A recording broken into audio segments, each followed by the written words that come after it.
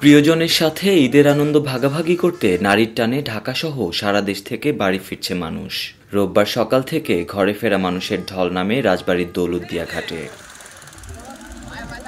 মানুষ ও যানবাহনের উপচে পড়া ভিড় তৈরি হলেও ঘাটে যাত্রীদের ভোগান্তি হয়নি। দক্ষিণাঞ্চলের যাত্রীরা বলছেন, এবারের ঈদযাত্রায় স্বস্তিতেই বাড়ি ফিরতে পারছেন তারা।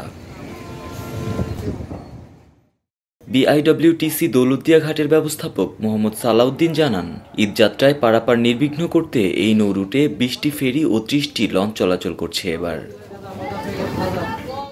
ঘাট পরিদর্শনে এসে রাজবাড়ীর police super GM Abul Kalam Azad বলেন, কেউ যেন ঘাটে চাঁদাবাজি সহ অন্যান্য অপতৎপরতা করতে না পারে সেজন্য ৪ স্তরের নিরাপত্তা ব্যবস্থা নেওয়া হয়েছে। তাই এবার মানুষের ভোগান্তি লাঘব হয়েছে বলেও মনে করেন তিনি। পাটুরিয়া থেকে দৌলতদিয়াতে যে সমস্ত মানুষ ফেরি অথবা লঞ্চে পারাপার করে এই পাশে এসে নতুন করে তাদের গন্তব্য যাত্রা শুরু করে, সেই মানুষগুলি যেন কোনোভাবে হয়রানির শিকার না হয়। বিশেষ করে ছোটোখাটো ছিনতাই অথবা তাদেরকে জোর করে কোনো গাড়িতে ওঠানো, তাদের কাছ থেকে ভাড়া বেশি নেওয়া, এ ধরনের বিষয়গুলি কোনোভাবেই যেন সংঘটিত না হয়, সেটির জন্যই কিন্তু আমাদের এই নিরাপত্তা।